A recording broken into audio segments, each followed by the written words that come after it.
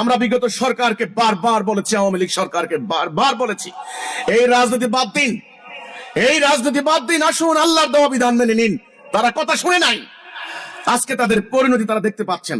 আগামী দিন যারা রাজনীতি করবেন তাদের জন্য একই বার্তা, আল্লাহর দেওয়া হুকুম বিধান মেনে নিন। আমরা হুকুম মানবো আল্লাহর, বিধান মানবো আল্লাহর। আমরা জাতি হব একটা, আমাদের নেতা হবেন একজন, আমরা হব দুনিয়াতে সেরা জাতি। এই তরুণরা জ্ঞানে বিজ্ঞানে সামরিক শক্তিতে নতুন নতুন বৈজ্ঞানিক প্রযুক্তিতে দুনিয়াকে একদিন লিড দেবে ইনশাআল্লাহ।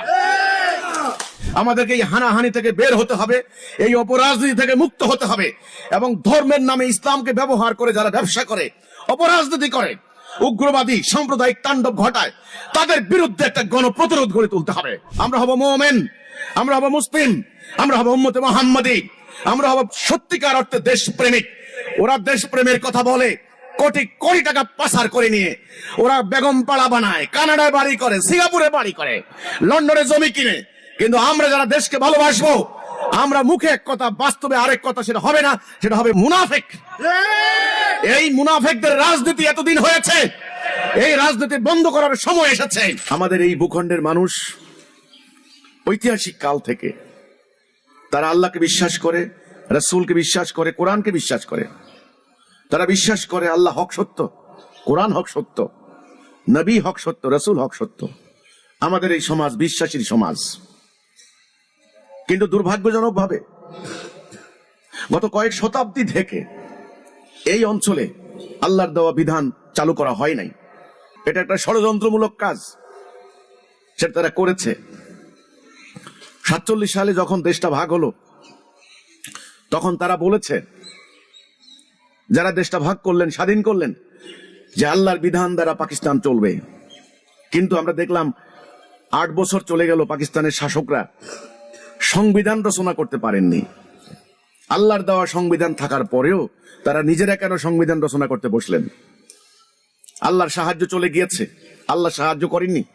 স্বাধীনতার পর 53 বছর চলল, একটা দিনের জন্য আমাদের এই প্রিয় জন্মভূমি বাংলাদেশকে আমরা শান্তিতে পাই নাই।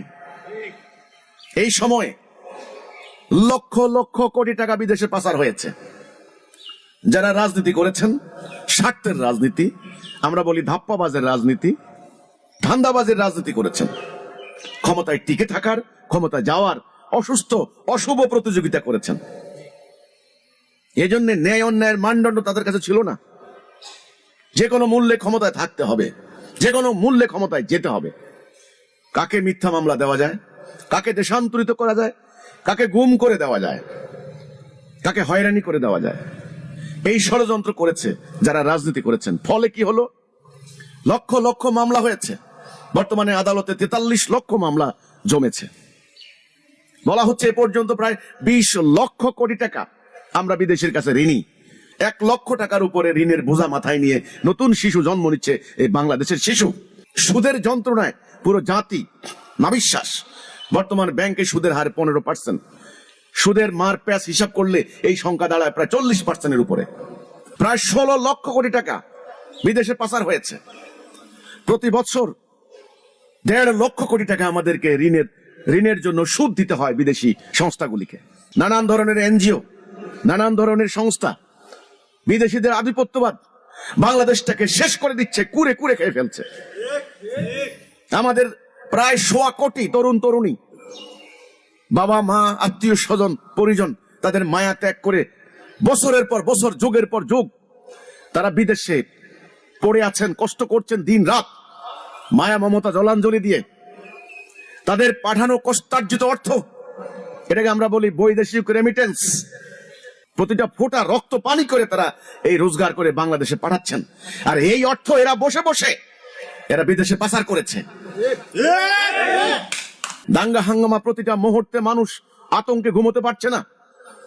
কে আবার মাঠে নামে, কে আবার মাঠ থেকে আউট হয়ে যায়। আইন শৃঙ্খলা বাহিনী তটস্থ, ভীত সন্ত্রস্ত। বিপদে পড়লে আইন শৃঙ্খলা বাহিনীকে ডাক দেওয়া হয়। আইন শৃঙ্খলা বাহিনী কি করবে আর? তারা অসহায় হয়ে যায়। তারা লাঠিচার্জ করলেও দোষ, শক্তি প্রয়োগ করলেও দোষ, আবার না করলেও দোষ। সেনাবাহিনীকে ডাকা হচ্ছে। এই নোংরা রাজনীতি, এই অসুস্থ রাজনীতির ফল এবং আল্লাহর নাজেল করা পবিত্র ধর্ম ইসলামকে নিয়ে ব্যবসা করার ফল, ধর্মকে ব্যবহার করে স্বার্থ উদ্ধার করার, রাজনীতিতে ধর্মকে ব্যবহার করার এই পরিণতি আজকে জাতি এখানে এসে দাঁড়িয়েছে। আমাদের প্রস্তাব যথেষ্ট সময় গিয়েছে, চূড়ান্ত ধ্বংসের হাত থেকে বাঁচানোর একটা মাত্র রাস্তা আছে, একটা মাত্র পথ আছে। আমি জানি না এই রাস্তা, এই পথ তারা অবলম্বন করবেন কিনা, আমাদের ডাক, আমাদের আহ্বান তারা শুনবেন কিনা আমি জানি না। যে হে মানুষ, তোমরা আল্লাহকে বিশ্বাস করো, তোমরা আল্লাহকে সন্তুষ্ট করার জন্য নামাজ পড়তে যাও, মসজিদ বানাও। হে মুসলমান, তোমরা হজ করতে যাও আল্লাহ সন্তুষ্টির জন্য, গুনাহ মাফের জন্য। অর্থাৎ আল্লাহকে বিশ্বাস করে, রাসূলকে বিশ্বাস করে, কাবা ঘর আল্লাহর ঘর, ঐক্যের প্রতীক সেটা বিশ্বাস করে, আল্লাহ রাসূলকে বিশ্বাস করে নবী হিসেবে। তাহলে যদি এই বুনিয়াদী বিশ্বাসগুলি থাকে, তাহলে আল্লাহর বিধান দ্বারা, আল্লাহর কোরআন, আল্লাহর হুকুম দ্বারা আমরা রাষ্ট্র পরিচালিত করব না কেন? যথেষ্ট হয়েছে, আর নয়। দ্বিতীয় বিশ্বযুদ্ধে তারা নিজেরা মারামারি করে এতটাই পর্যদস্ত হয়েছে, তাদের পুনর্গঠন প্রক্রিয়ার জন্য তারা সেখানে প্রত্যাবর্তন করেছে। তারা এত বড় সাম্রাজ্য আর কন্ট্রোলে রাখতে পারবে না বলে যাওয়ার সময় তারা আমাদেরকে এই রাজনৈতিক দাঙ্গা হাঙ্গামার মধ্যে তারা ঢুকিয়ে দিয়ে তারা চলে গেছে। এই ভারতবর্ষে এখনো সেই রাজনীতি চলছে। আমাদের সিদ্ধান্ত নিতে হবে, ওদের দেখানো পথে আমরা হাঁটবো কিনা। আমাদের হিজবুত তাওহীদের প্রস্তাব, ওদের দেখানো পথে, ওদের দেখানো রাস্তা, ওটা হেদায়া নয়, ওটা দলালা। কোরআনে আল্লাহ বলেছেন এটা দলালা, গায়রিল মাগদুবি আলাইহিম ওয়ালাদ-দাল্লিন। আমরা প্রতিনিয়ত বলি আল্লাহ ওই দলালাতে আমাদেরকে নিও না, গজবে নিপতিত হয়েছে, ওটা লানতগ্রস্ত। আল্লাহ আমাদেরকে দিয়েছেন হেদায়া, এই জন্য আমরা দোয়া করি ইহদিনাস সিরাতাল মুস্তাকিম, সিরাতুল মুস্তাকিমে হেদায়া দাও। তাহলে আমাদের প্রথম সিদ্ধান্ত নিতে হবে ওদের দেখানো পথে আমরা হাঁটবো কিনা। এখন যদি জাতিকে রক্ষা করতে হয়, জাতির সম্পদ রক্ষা করতে হয়, আগামী দিনের এই ভয়াবহ সংকট থেকে যদি বাঁচতে হয়, আমি পরিষ্কার করে বলতে চাই, সবাই বলছে নির্বাচন হয়ে গেলেই সংকট দূর হবে। আমি বলছি নো, শুধুমাত্র নির্বাচন হলে সংকট দূর হবে না, আর একটা নতুন সংকট সৃষ্টি হবে। আমি যখন আল্লাহকে বিশ্বাস করি, আমি যখন এই কোরআনকে বিশ্বাস করি, আমি যখন আমার নবী করিম সাল্লাল্লাহু আলাইহি সাল্লামকে বিশ্বাস করি, আমি যখন পবিত্র কাবাকে বিশ্বাস করি, তাহলে আমাদেরকে এখন সিদ্ধান্ত নিতে হবে আমরা ওদের দেওয়া পথে আমরা আর হাঁটবো না। আমাদের পথ দিয়েছেন আল্লাহ রাব্বুল আলামিন। আমরা সিদ্ধান্ত নেব আমাদের রাষ্ট্রীয়, জাতীয়, অর্থনৈতিক, শিক্ষা সকল ক্ষেত্রে আমরা হুকুম মানবো আল্লাহ রাব্বুল আলামিনের। আল্লাহর হুকুম বিধান ছাড়া আমরা কারো হুকুম বিধান মানবো না। এটা আমাদের কলেমার স্বীকৃতি, কলেমার ঘোষণা। আমরা যারা মুসলমান তারা নামাজ পড়ে কিন্তু ঈমান আনি নাই। আমরা ঈমান এনেছি একমাত্র কালেমা তাইয়্যিবা, কালেমাতুত তাওহীদ, লা ইলাহা ইল্লাল্লাহ মুহাম্মাদুর রাসূলুল্লাহ। এই কথাই ছিল আমাদের ইসলামের মূল ভিত্তি, নাকি? এটা হলো তাওহীদ, এটা হলো ঈমান। এই ঈমান যিনি আনবেন তিনি নামাজ পড়বেন, তিনি মুমিন। তো ঈমানের ঘোষণার মধ্যেই আছে আমি আল্লাহর বিধান ছাড়া কারো বিধান মানবো না। এটা হলো ঈমানের ঘোষণা। যারা ঈমান আনে তারা মুমিন, তারা কখনো মানুষের তৈরি বিধান মানতে পারে না। আমাদের প্রস্তাব এই রাজনৈতিক হানাহানি বন্ধ করার জন্য, এই তাণ্ডব বন্ধ করার জন্য এবং সাম্রাজ্যবাদী, আঞ্চলিক এবং আন্তর্জাতিক ষড়যন্ত্রকারী আধিপত্যবাদী শক্তির এই তাণ্ডব থেকে, দখলদারিত্ব থেকে এই দেশের মানুষের ঈমান, এই দেশের মানুষের ইজ্জত আবরু, এই দেশের মানুষের ভবিষ্যৎ রক্ষার জন্য এই দেশের মানুষকে এখন একটা সিদ্ধান্ত নিতে হবে। সেটা হলো আমরা হুকুম মানবো আল্লাহর, বিধান মানবো আল্লাহর, আইন মানবো আল্লাহর, আমরা আনুগত্য করব আল্লাহর। এই সিদ্ধান্ত নিতে হবে এবং আমাদের কোর্ট কাছারি আদালতে বিচার হবে, ফয়সালা হবে আল্লাহর হুকুম মোতাবেক, আল্লাহর বিধান মোতাবেক। আমি মুসলমান, আমি নামাজ পড়ি আল্লাহর জন্য, কিন্তু আইন মানি ব্রিটিশের। এটা কি করে হয়? এটা শিরিক। যারা ইসলামের পণ্ডিত আছেন, আলেম আছেন, স্কলার আছেন, আপনারা জানেন আল্লাহ কোরআনে বলেছেন তিনি শিরিক ক্ষমা করবেন না। শিরিক হচ্ছে সবচাইতে বড় গুনাহ। শিরিক ক্ষমা করবেন না, সেখানে আমরা শিরিক করে চলেছি। আল্লাহ বলেছেন যারা শিরিক করবে তাদেরকে খিজিউন ফিল হায়াতিদ দুনিয়া, দুনিয়ার জীবনে লাঞ্ছনা, সেটা আজকে হচ্ছে। হজ করতে যাই আল্লাহর সন্তুষ্টির জন্য, কিন্তু আইন মানি মানুষের। আমরা নামাজ পড়ি আল্লাহর সন্তুষ্টির জন্য, কিন্তু আদালতে বিচার হয় মানুষের আইনে। আমরা রোজা রাখি আল্লাহর সন্তুষ্টির জন্য, না খেয়ে থাকি, কিন্তু রাজনীতি, অর্থনীতি চলে, সুদ ভিত্তিক অর্থনীতি এবং ওদের দেওয়া রাজনীতি। তাহলে কি করে হলো? কিভাবে হলো? এই শিরিক, এই কুফরের মধ্যে পুরো জাতি আমরা ডুবে গেছি আজকে। আজকে 30টি বছর থেকে আমরা বারবার এই কথা বলে এসেছি যে যদি আমরা আল্লাহর হুকুমের আনুগত্য করি, যদি আমরা আল্লাহর বিধানের আনুগত্য করি, তবে আমাদের এই রাজনৈতিক হানাহানি হবে না, এই অর্থ পাচার হবে না, এই জুলুম হবে না, সাধারণ মানুষের উপরে রাজনীতির নামে জুলুম হবে না। আমরা যদি সুদ মুক্ত আল্লাহর দেওয়া অর্থনীতি প্রবর্তন করতে পারি, তাহলে ব্যবসায়িক সিন্ডিকেট আর হবে না। আজকে ব্যবসায়িক সিন্ডিকেটের হাতে পুরো জাতি বন্দী। আজকে দ্রব্যমূল্যের এমন ঊর্ধ্বগতি, মানুষের সংসার চলে না। সাধারণ মানুষ জীবন নির্বাহের জন্য আজকে দিন রাত পরিশ্রম করছে, কিন্তু সামান্যতম জীবন ধারণ তার জন্য কঠিন হয়ে গিয়েছে। এটা হলো সিন্ডিকেট, সুদ ভিত্তিক অর্থনীতি। এই অর্থনীতিকে বন্ধ করতে পারে একমাত্র আল্লাহর দেওয়া অর্থ ব্যবস্থা। এবং আমি যেটা বলেছি, বিচার ব্যবস্থায় নৈরাজ্য বন্ধ হবে না, দুর্নীতি বন্ধ হবে না, বিচারের নামে প্রহসন চলবে যতক্ষণ না আল্লাহর দেওয়া বিধান প্রবর্তন করা না হয়। হিজবুত তাওহীদ আন্দোলনের পক্ষ থেকে আমি পুরো জাতিকে আহ্বান করছি, সম্মানিত ভাই ও বোনেরা, আমাদের এই দেশের মানুষ হিন্দু হতে পারেন, মুসলমান হতে পারেন, খ্রিস্টান হতে পারেন, বৌদ্ধ হতে পারেন, আপনারা বাংলাদেশকে ভালোবাসেন। আমি জানি এই মাটিতে আমাদের পূর্বপুরুষের অস্থি মজ্জা মিশে আছে।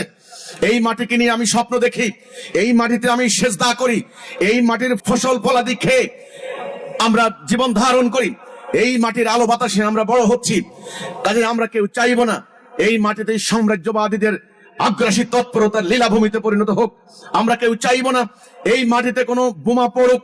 আমরা কেউ চাইব না এই মাটিতে মিসাইল হামলা হয়ে এদেশের নগর শহর বন্দর ধ্বংস হয়ে যাক, কিন্তু তারা সেই ষড়যন্ত্র করছে। আমি আবারও বলছি, আঞ্চলিক পরাশক্তিত রাষ্ট্রগুলি এবং আন্তর্জাতিক, আমি শুধুমাত্র একটা বলছি না, কোন দেশের নিজেদের মধ্যে যদি হানাহানি হয়, নিজেদের মধ্যে যদি ঐক্য না থাকে, তাহলে বাহিরের শত্রু খুব সহজেই আমাদেরকে ঘায়েল করতে পারবে। আল কোরআনে আমাদের শিক্ষা রয়েছে, আল্লাহ বলেছেন যে ওয়াতাসিমু বিহাবলিল্লাহি জামিআন ওয়া লা তাফাররাকু, তোমরা ফারাক হইবা না, তোমরা আলাদা হইবা না, তোমরা ঐক্যবদ্ধ হও, একটা জাতিসত্তা গড়ে তোলো, তোমরা হলো সেরা জাতি।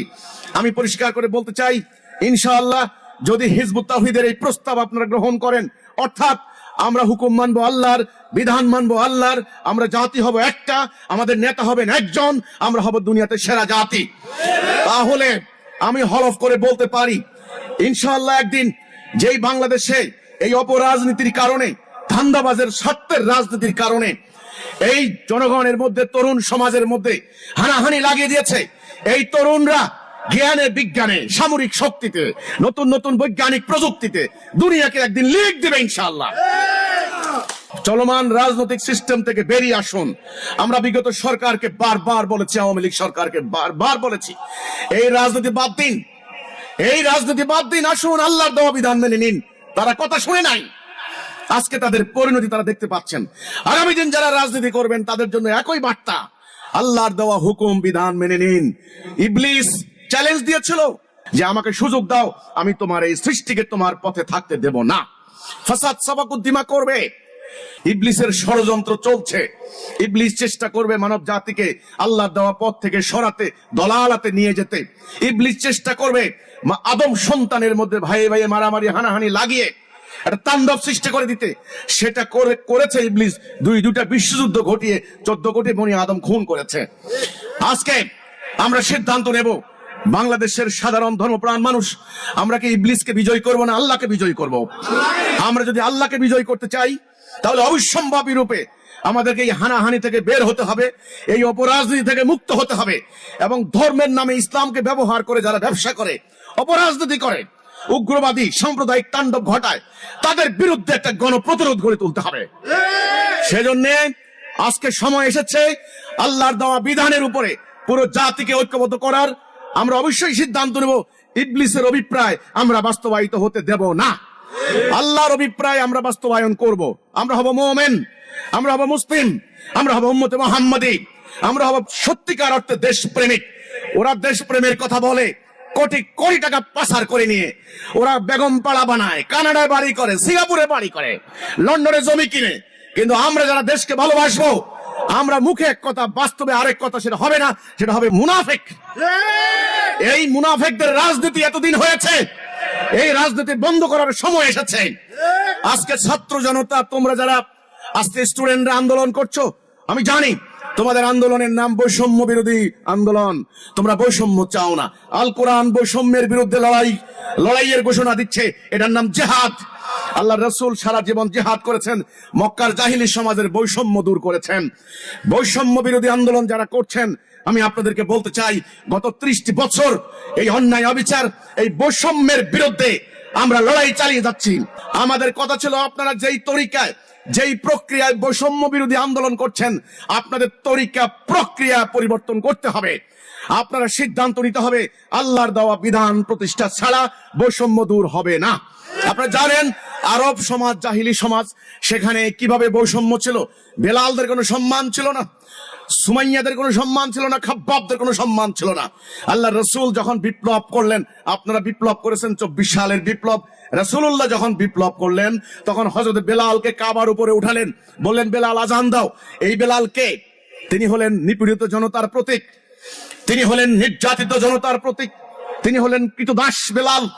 সেই বেলাল যখন কাবার উপরে উঠে আজান দিলেন, তখন ইতিহাস সাক্ষী হয়ে রইল, ইসলামের আগমনের উদ্দেশ্য হচ্ছে মানবতার মুক্তি। ইসলামের আগমনের উদ্দেশ্য হচ্ছে মানুষে মানুষে ভেদাভেদ, বৈষম্য দূর করা। সেটা আল্লাহ রাসূল করেছেন। বৈষম্য বিরোধী আন্দোলন যারা করছেন, আমি তাদেরকে বলতে চাই, বৈষম্য দূর হবে, ইনশাআল্লাহ হবে। আপনাদের অভিপ্রায় ভালো অভিপ্রায়। বৈষম্য দূর করার জন্য একটা মাত্র রাস্তা, সেটা হলো আল্লাহর দেওয়া হুকুম বিধান মেনে নেওয়া। আমি জানি এটা আপনাদের জন্য সহজ হবে না। আজকে দুনিয়াটা চলছে তাদের হাতের মুঠোয়, তাদের চোখ রাঙানির বাইরে কেউ যেতে পারে না। এজন্য আপনারা ভয় করবেন না। যারা দেশের তরুণ সমাজ আছেন, যারা ছাত্র সমাজ আছেন, যারা স্টুডেন্ট কমিউনিটি আছেন, আমি আপনাদের তারুণ্যকে সম্মান করি। আমি জানি তারুণ্য কি শক্তি। এই তরুণরা পারে সমাজে একটা বিপ্লব সৃষ্টি করে দিতে। আমি আপনাদেরকে আহ্বান করব, এই তারুণ্য শক্তি যেন আবারও অপরাজনীতির হাতিয়ারে পরিণত না হয়। এই তারুণ্য শক্তি যেন উগ্রবাদী, সাম্প্রদায়িক, ধর্মান্ধ, ব্যবসায়ী গোষ্ঠীর অপরাজনীতির স্বার্থ উদ্ধারের হাতিয়ারে পরিণত না হয়। এই তারুণ্য শক্তি যেন আল্লাহর দাসত্ব করার জন্য, আল্লাহর হুকুমত কায়েম করার জন্য, আল্লাহর বিধান প্রতিষ্ঠা করার জন্য যেন ব্যয় হয়। আমি বলতে চাই, ইনশাআল্লাহ বৈষম্য মুক্ত বাংলাদেশ হবে যদি আমরা আল্লাহর হুকুম মানতে পারি। আসুন প্রচলিত চলমান ধাপ্পাবাজের রাজনীতি থেকে আমরা মুক্ত হই। আসুন ধর্মের নামে যেই হানাহানি চলছে সেখান থেকে মুক্ত হই। আমরা সিদ্ধান্ত নেব, আমরা হুকুম মানবো কার? আল্লাহর। আমরা আনুগত্য করবো কার? আল্লাহর। আমাদের জাতি হবে কয়টি? একটি। আমরা হব সেরা জাতি। আমাদের কর্মসূচি হবে রাসূলুল্লাহ রেখে যাওয়া কর্মসূচি। আমাদের আদর্শ হচ্ছেন রাসূল পাক সাল্লাল্লাহু আলাইহি ওয়াসাল্লাম। তিনি মানবতার মুক্তির দূত। তিনি অন্যায়কে নির্মূল করেছেন, তিনি বৈষম্যকে দূর করেছেন। আসুন আমরা এই সিদ্ধান্ত নেই। আমি এদেশের জনগণকে, এদেশের আলেম ওলামা, এদেশের সাধারণ শিক্ষিত মানুষ, কৃষক, শ্রমিক, জনতা, খেটে খাওয়া মানুষ, নারী, পুরুষ, আমি সবাইকে বলতে চাই, আসুন আমরা যেই আল্লাহকে বিশ্বাস করে নামাজ পড়ি, সেই আল্লাহর হুকুম মোতাবেক আমাদের রাষ্ট্রকে পরিচালিত করি। হিজবুত তাওহীদ আন্দোলন এই প্রস্তাব তুলে ধরছে। হিজবুত তাওহীদ আগামী দিনের রাষ্ট্র ব্যবস্থা কিভাবে চলবে আল্লাহর তাওহীদের উপর ভিত্তি করে, সেটার রূপরেখা সম্বলিত রাষ্ট্র সংস্কারের প্রস্তাব আমরা তুলে ধরেছি আমাদের বইতে। সেটা আপনারা পাবেন। বইটি এখন বাজারে পাওয়া যাচ্ছে, বই মেলাতেও পাওয়া যাচ্ছে। আগামী দিনের তাওহীদ ভিত্তিক আল্লাহর দেওয়া জীবন ব্যবস্থার উপরে ভিত্তি করা নবী করিম সাল্লাল্লাহু আলাইহি সাল্লামের যেই আদর্শ, সেই আদর্শকে আমরা মডেল ধরে একটা রাষ্ট্র ব্যবস্থার প্রবর্তন করেছি। আমরা আশা করি আমাদের বইটি পড়লে আপনারা পরিষ্কার বুঝতে পারবেন, এবং ইনশাআল্লাহ এই অর্থনৈতিক অবিচার বন্ধ হবে, এই রাজনৈতিক হানাহানি বন্ধ হবে, হামলা পাল্টা হামলা বন্ধ হবে, তারুণ্য শক্তি আল্লাহর কাজে ব্যয়িত হবে, মানবতার কল্যাণে ব্যয় হবে ইনশাআল্লাহ। এদেশের মানুষ শান্তি পাবে, সুখ পাবে। আমি আবারও বলছি, আমরা হুকুম মানবো আল্লাহর, আমরা আদেশ মানবো আল্লাহর, আমরা আনুগত্য করব আল্লাহর, আমরা খেলাফত করব আল্লাহর। এই সিদ্ধান্তের উপরে আমাদেরকে আজকে ঐক্যবদ্ধ হতে হবে, তবে আমাদের মুক্তি, তবে আমাদের শান্তি। তা না হলে, এই সিদ্ধান্ত না নিলে এই রাজনৈতিক হানাহানি চলতেই থাকবে। এক দলকে পিটিয়ে আরেক দল মাঠে খেলবে, আবার ওই দল সময় সুযোগ মতে মাঠে নামবে, আবার তারা কোপাকুপি করবে, আবার তারা অগ্নিসংযোগ করবে, আবার তারা মিথ্যা মামলা দিয়ে দেশ থেকে বাধ্য করাবে। এই হচ্ছে বাংলাদেশের গত 53 বছরের ইতিহাস। আপনারা কি পুনরায় সেই ইতিহাস দেখতে চান? যদি সেই ইতিহাসের পুনরাবৃত্তি দেখতে না চান, তাড়াতাড়ি তওবা করে রব্বানা যালামনা আনফুসানা ওয়া ইল্লাম তাগফির লানা ওয়া তারহামনা লানাকুনান্না মিনাল খাসিরিন। বাবা আদম আলাইহিস সালাম তওবা করেছেন। আমরা আদম সন্তান আমরা ইবলিসের প্ররোচনায় আমরা আল্লাহর হুকুম বাদ দিয়ে আমরা দলালাতে চলে গিয়েছিলাম, মানুষের তৈরি বিধানের আনুগত্য করছিলাম। এই জন্য এই সমাজে অশান্তি চলছে, ইবলিসের ষড়যন্ত্রে এই অশান্তি চলছে। কাজে আমরা এখন তওবা করব। বাবা আদম যেরকম তওবা করেছেন, আমরা তওবা করে পুনরায় কলেমা তাওহীদের উপরে ঐক্যবদ্ধ হব। আমাদের আল্লাহর সঙ্গে অঙ্গীকার হবে, আল্লাহর সঙ্গে আমাদের ওয়াদা হবে, আল্লাহর সঙ্গে আমাদের চুক্তি হবে, লা ইলাহা ইল্লাল্লাহ মুহাম্মাদুর রাসূলুল্লাহ। আমি আল্লাহর বিধান ছাড়া, আল্লাহর হুকুম ছাড়া, আল্লাহর আনুগত্য ছাড়া কারো আনুগত্য করব না। এটা হবে আমাদের ঈমান, এটা হবে আমাদের অঙ্গীকার। এরপরে আমরা নামাজ পড়বো, রোজা রাখবো, হজ করবো, বাকিটুকু পরে। আগে ঈমান, এই ঈমানের দিকে ডাক দিচ্ছি, তাওহীদের দিকে ডাক দিচ্ছি। আগামী দিনের সমাজকে রক্ষার জন্য আল্লাহর পক্ষ থেকে আমরা গুনাহগার এই আহ্বান জানাচ্ছি। আমরা আশা করছি যারা আল্লাহকে ভালোবাসেন, রাসূলকে ভালোবাসেন, শান্তি চান, শান্তিকামী জনতা আমাদের এই আহ্বানে সাড়া দিবেন, আমাদের কথার মর্ম বুঝবেন। আমাদের বিরুদ্ধে অনেক মিথ্যাচার হচ্ছে, অপপ্রচার হচ্ছে, আপনারা সেগুলি যাচাই বাছাই করে দেখুন আমরা কি বলতে চাই, আমাদের কথা শুনুন। হিজবুত তাওহীদ আন্দোলনের পক্ষ থেকে আগামী দিনের জাতিকে মুক্তির এই বার্তা দিয়ে আমার বক্তব্য শেষ করছি। আল্লাহ হাফেজ। সালামু আলাইকুম ওয়া রাহমাতুল্লাহি ওয়া বারাকাতুহু।